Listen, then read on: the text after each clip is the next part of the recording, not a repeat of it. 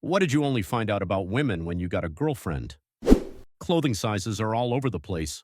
My boyfriend said the main thing he noticed is how soft I am compared to him. He was baffled, and I didn't know there was such a big difference either. The acidity of vaginal discharge. I learned so much the first couple times I did our laundry. Period pads are stuck to the underwear, not the body.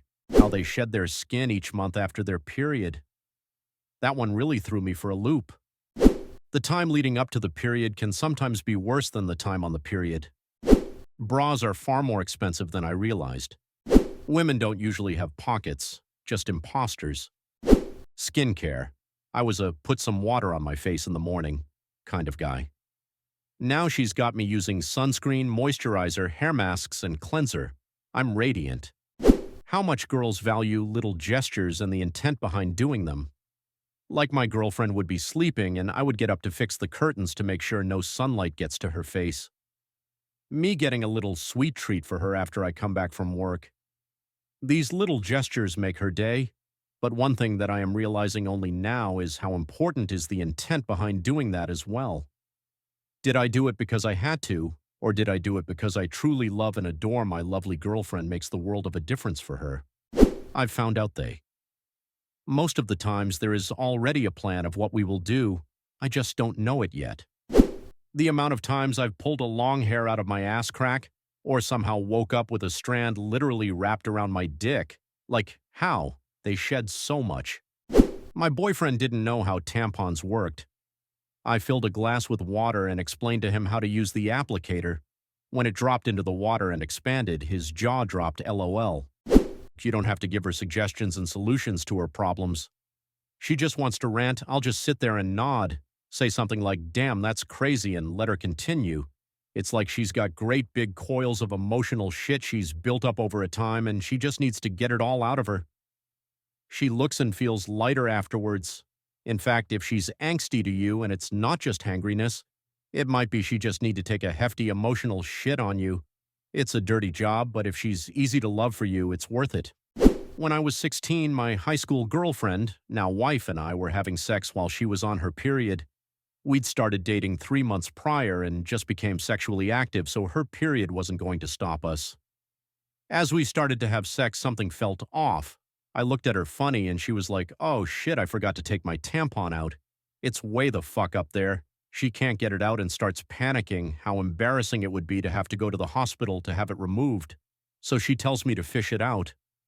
As I am like knuckle deep in her vagina, she starts telling me about toxic shock syndrome. I'm really struggling to find it, also panicking after learning about that. Finally, I get 2 fingers on the string and pull it out. My hand is covered in period blood. I have a very mild blood phobia, so I'm on the verge of passing out. She starts laughing with panic tears in her eyes still. When I finally get a hold of myself, I start laughing at the absurdity of the situation as we clean ourselves up. Guess where I'm taking you works better than where do you want to go? That I should still love them and stay with them forever even if they get turned into a slug, worm, some other kind of creature. I found out that there's a difference between pantyhose, tights, and stockings. I had no idea that there was a difference. I thought there were 3 different names for the same thing. Ha. When I was a bachelor, I had an empty trash can in the bathroom for 3 years. After getting married, I emptied that trash can almost weekly. I never realized how many tiny swabs, wrappers, and other things were needed to be disposed of in the bathroom. Camera fucking angles. God knows how many times I had to retake the fucking picture. I need to stop cheating on her in her dreams. My girl keeps having a recurring nightmare that I summon a sexy genie to cheat with that can turn into objects and hide like Cosmo and Wanda, and keeps waking up pissed off at me every time it happens. Like, how do I even apologize? Your wardrobe space is reduced to 1 shelf.